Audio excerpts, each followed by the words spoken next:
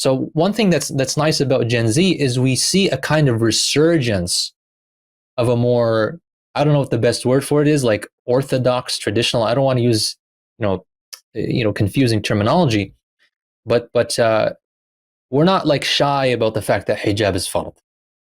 We're not shy about the Shari'a, and people are starting to become open to the idea that Islam might be against liberalism, might be against secularism, might be against democracy.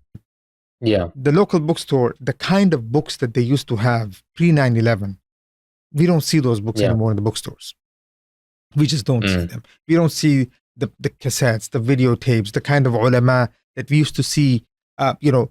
People knew Sayyid Qutb, people knew Muhammad Qutb, people knew, I guess even Abdullah Azzam, people knew. I mean, I remember right after 9/11, some of the masajid had to remove videos and tapes about past khutb that people had come and given. When I speak to Khilafah with a Gen Z, their eyes light up.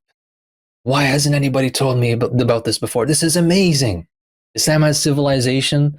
Islam has dignity.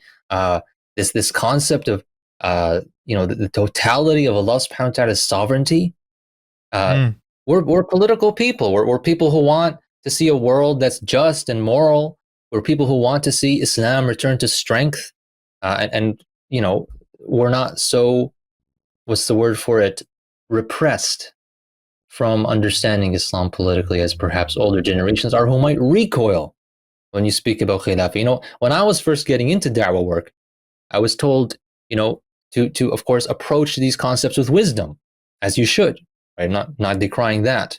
But I found that with Gen Z, there is a much higher receptiveness that these kinds of terminologies and wordings, and that's how the Prophet ﷺ spoke to the Sahaba, and that's how he spoke to Quraysh. He spoke about Islam in a way that captured their imagination. Follow me and you will rule over Persia and Rome. Follow me and you'll rule over the Arabs and the non-Arabs both. Who speaks like that today? Who is really stoking the imagination of Muslims? Who is not shy to be audacious about the grandiosity of Islam?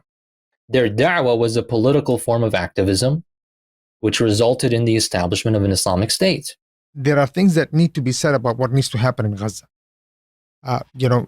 There's an occupation, and an occupation has to be removed. And that's not done by passing out lollipops. There needs to be an army that marches in to take out the occupation. And even today, right, like a century of work has been done. The Islamic movements of the past century, HT, Ikhwan, JI, JT, and but the attitude of any movement has to be that we build that timeline. We take the Ummah as a serious project.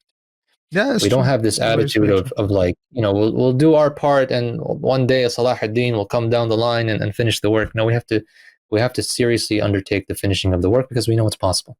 No, that's that's an amazing point. I agree 100%. I mean, being part of almost all the movements that you mentioned, I've been part of. So,